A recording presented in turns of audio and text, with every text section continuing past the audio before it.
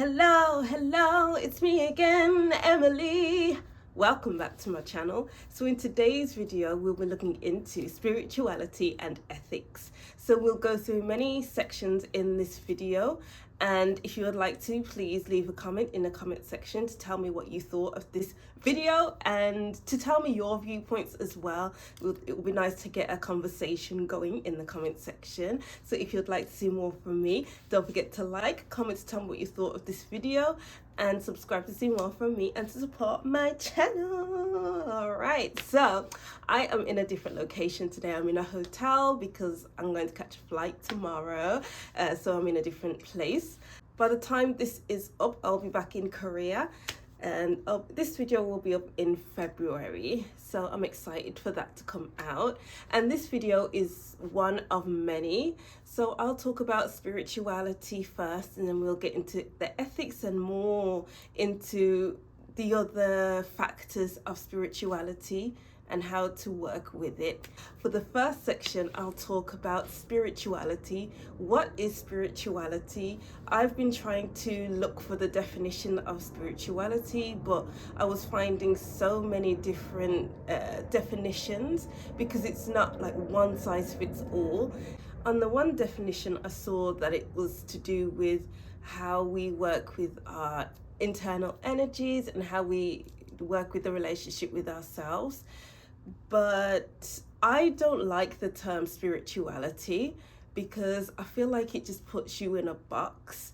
I have an interesting relationship with words and how it puts people in boxes. So I don't see myself as a spiritual person. I'm not into spirituality. I'm just a girl who reads tarot, who loves to meditate, who loves astrology. Why should I put myself in a box by saying I'm into spirituality? But for the purposes of this channel, I'll use the word spirituality and spiritual, because what else would we use? We wouldn't use a noise or whatever, I don't know. But I have a problem with many words, and we'll talk about that in a different video because there are many different talking videos to get into. But let me know about your viewpoints on the word spirituality and spiritual. And it's like you have to put yourself in a box. Like, oh, what's your belief system? Are you religious? Are you a Christian? Are you Catholic? Are you spiritual? Are you into Scientology? Are you this? Are you that? And it just feels very like, well, I'm none of them. But then I see myself as an energy reader, but that's just what I call myself, and that may be under the umbrella of spirituality. But people can see themselves as many different things but feel like they don't belong to a whole umbrella. We are more than a label. So how I got to calling myself an energy reader, I don't even think I had a word for what I am or how I could read energy before. So I'd say in March or a couple of months prior, I had this thought in my head that was saying, am I an energy reader? Because my gifts have been evolving for the past year, I feel. So it's like this thought in the back of my head was saying, am I an energy reader? Wow, I read energy so well. I'm reading energy everywhere I go, and I seem to be right about energy, and I love reading energy. And the thought was saying, am I an energy reader? And then I went to Jeju Island, which is a place in South Korea, with my friends. And I was just minding my own business, and I love to talk to myself. So I was talking to myself and I said out loud, am I an energy reader? And suddenly it just clicked. So I call myself an energy reader, and I feel like the energy really shifted when I called myself that, when I spoke about it. So I see myself as an energy reader. What do you call yourself? Because maybe you don't identify as a spiritual person or believe in the word spirituality. So do you have a word for it? What do you think about what I just said? Let me know in the comment section. It's important to do what fits you and Call yourself what you want to call yourself, because one size doesn't fit all. We are multifaceted human beings, and to fit into one thing just isn't what's best for us. So let's talk about spirituality and ethics. So ethics is a very big thing in the spiritual community, along with other related fields that really deal with people's emotions, energy, being a trustworthy person, and just dealing with people overall. I feel like it's a big thing to have in life. When I was at uni, I learned more about ethics because I am a trained counselor. So as a counselor, we need to be able to keep a client's trust and to not break the ethical standards of a counselor. And I'd like to share that with you today because it combines with spirituality, because I feel like spirituality and counseling are one and the same. Even though it deals with two different things, it still falls in the same bracket, because once you're talking about your past experiences, your feelings, your thoughts, it heals you mentally, spiritually, and emotionally. So it all interlinks. I'll talk about ethics and values in spirituality. So ethics is about how you put yourself forward in a professional capacity. This could be a personal capacity as well, but to have an ethical business is to have a set of standards to uphold. Think of it as the 10 commandments of your business, or 10 commandments in life, because it's important you upkeep that for people to keep coming back to you, to know that you are a trustworthy person and they can trust your products or what you do for them. And also with values is something that is on an internal level, what you really enjoy, what you love within yourself, and what you expect from others, so that what you get from others really enhances the relationship you have with them and the relationship you have with yourself. So to be an ethical spiritual practitioner, to be an ethical spiritual person, to be an ethical human being, is to be trustworthy. As a counselor, it's important to be trustworthy in the counseling room, because the client needs to open up to you. The client needs to know that they are in a safe environment to fully settle down and to share what's happened in their life. So to add that into a spiritual context, when someone comes to you looking for a tarot reading, looking for a Reiki healing session, then it's important that what you experience in the room with them doesn't leave that room, unless you have a supervisor by any chance in a spiritual field or as a counselor. Because when I was counselor in training, I had to have a supervisor as well. Another ethical standard is to be honest. Be honest with your client, be honest with the person that you are reading, be honest about your capabilities, be honest about it all, because then the person will know what to expect from you, and to know that you are who you say you are. To be honest is to be transparent. It's important that the client knows where they stand. Another ethical standard is confidentiality. So confidentiality and trustworthiness will go hand in hand.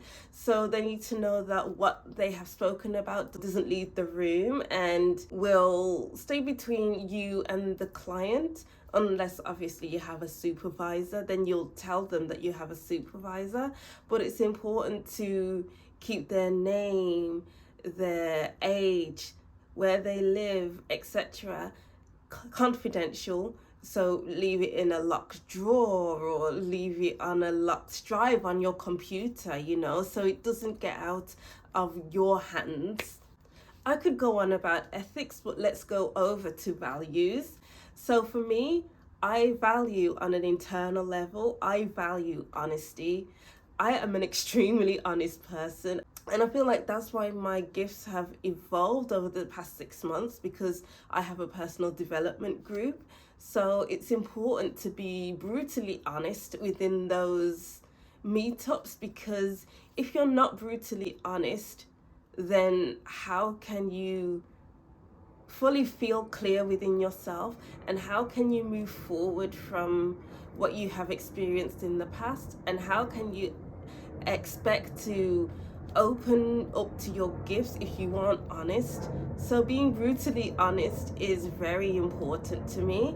I expect honesty from another person as well. Another value is kindness. So being kind to people isn't hard. Being able to say please, thank you, not being rude to people, just the basic kindness will go a long way. And that intertwined with honesty can breed beautiful conversations and beautiful change, because you're not going in with the hard honesty that will break someone's confidence. It's about knowing how to be honest in a kind way to create change.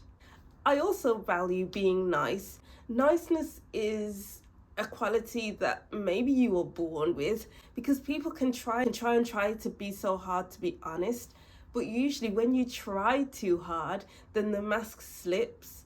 So I see myself as a nice person because I'm doing what comes from the heart. So it shows up in person. And I value those who are nice as well, who don't wear masks. Let me know what you think about ethics and values in the comment section. What other values do you have? And explain why if you like to. And I will link down in the description box the BACP ethical framework for the British Association of Counselling Practitioners, which is to do with counselling, but you can apply it to your spiritual practice as well. So I'll link that in the description box. And let's go to the next section. Not everyone wants to be helped. Not everyone can be helped. And not everyone wants to change and grow and evolve. And it's important to know who wants to grow and who doesn't, because you can waste your time and your precious energy working or trying to work with someone who doesn't want to evolve. It could be like banging your head against the brick wall, and it's like you will be stunting your own growth by trying so hard to help that person. As spiritual people, we need to know when it's time to move on, when it's time to cut our losses and just move away from a certain person because they are holding us back. When I was a counsellor in training, I would be counselling certain people, but you can only do so much when you're counselling someone, because maybe they have a personality disorder, maybe they have other disorders which I have counselled before, but you can't really talk through what's been going on with them and then create change. You just have to sit with them and manage their anger. Maybe they can react to it differently, but you can't create change. I hope that made sense. And that's the same with using your spiritual gifts to help someone. But if someone isn't changing their habits, changing their actions, changing their words, then what's the point? You're just going around in circles. And one thing I do not do is circles. I've always said that I will not go around in circles. I know when it's time to leave. And that's an important saying for spiritual people, for empaths, for energy readers, for Reiki healers. Know when it's time to leave. Also, sometimes people just like to wallow in their own sadness, wallow in their own memories of what has happened because it's safe to them. They don't want to move outside of that because they'll feel empty without it, or they'll feel like they'll forget, or they feel like they are punishing themselves as well. They want to feel that hurt. because they have a low self-worth, and you don't want to keep putting yourself in that energy. It's important to identify when someone wants to change and grow by asking certain questions or watching their behaviors, and identifying who doesn't want to grow, who doesn't want help, who is not interested at all, so that you can stick here, so you can flourish together, and you can leave them where they are and just live your life. The next thing is, worrying about people is not useful. It's very unhealthy for you. It's not conducive to your own growth. It's not good for your mental health. You know, you have to let people do what they are going to do in this life. Before I even started uni, and while I was going through my counseling training, I realized, wow, I worry about people a lot. I have a mum mode, that's what I like to call it. I feel like I'm the motherly person in my friendship group. So if something happened or something didn't happen, or I don't even know, whatever the situation was, I'd worry about them. And then I noticed, wow, I'm worrying about this person. And then if I go into a counseling room and they leave the room, maybe I'll worry about them. And it kind of adds up when you think about it. If you're worrying about this person and you're worrying about that person, how can you sit with yourself? You won't be able to sit with yourself because your mind is elsewhere. So as spiritual practitioners, we have to detach from the outcome, detach from the people, detach from their actions, because their actions aren't a reflection on us. How they choose to heal, how they choose to act, it's on them. Last thing, community is important. So creating a spiritual community or seeking a spiritual community is important, because we need to be around like-minded people to be able to enhance our gifts and to talk about things that we are interested in. But being around people who do not sense energy like you don't read tarot, aren't interested in astrology, can be quite frustrating because they can't talk about things in depth. But then being around people who fully understand these things and you can dissect each construct, it's a great feeling. When I was back in England, I joined a mediumship group. So that means you'll go up on the stage and you will tell the person who sat down what spirits you see around them and what messages they'd like to give to them. And that was so great because it really deepened my tarot reading experience on my channel. The way I read tarot changed, and my gifts really did evolve from that.